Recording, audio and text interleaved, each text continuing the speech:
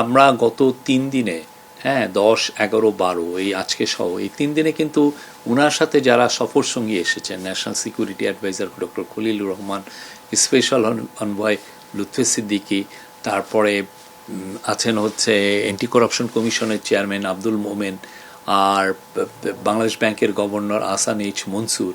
এনারা 4 জন কিন্তু intensively meeting করেছেন গত 4 দিনে।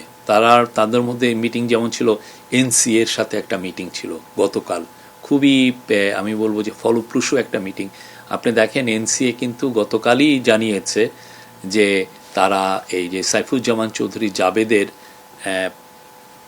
যে একটা প্রপার্টি আছে 11 মিলিয়ন পাউন্ডের, সেটা গিয়ে তারা ফ্রিজ করে দিয়েছে, জব্দ করেছে। তো এইরকম তো মানে অনেকগুলো কাজ হচ্ছে, অনেকগুলো মিটিং হচ্ছে। তারপরে লুৎফি সিদ্দিকীর সাথে কয়েকজন মিনিস্টারের মিটিং হয়েছে, ন্যাশনাল সিকিউরিটি অ্যাডভাইজারের সাথে অনেকগুলো মিটিং হয়েছে।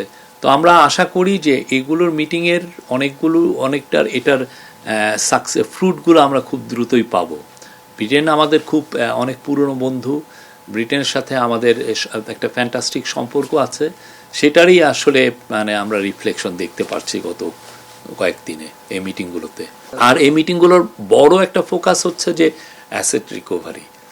আপনি জানেন বাংলাদেশের থেকে শেখ হাসিনার প্রায় 16 বছরের আমলে $234 বিলিয়ন সাইফন অফ হয়ে গেছে, মানে বাইরে চলে গেছে। এটা অনেক দেশে গিয়েছে, তার কিছু অংশ আমরা জানতে পেরেছি যে ইউকেতে এসছে।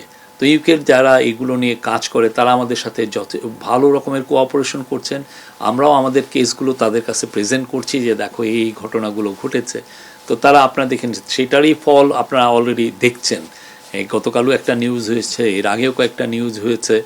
তো ইউকের এই অ্যাসেট রিকভারি আমাদের জন্য খুবই একটা ইম্পর্টেন্ট কাজ। এটা বাংলাদেশের মানুষের টাকা, বাংলাদেশের মানুষকে কিভাবে গরিব বানিয়ে কিছু কিছু লোক কত বড় বড় জায়গায় কি সুবিশাল প্রাসাদ কিনেছেন।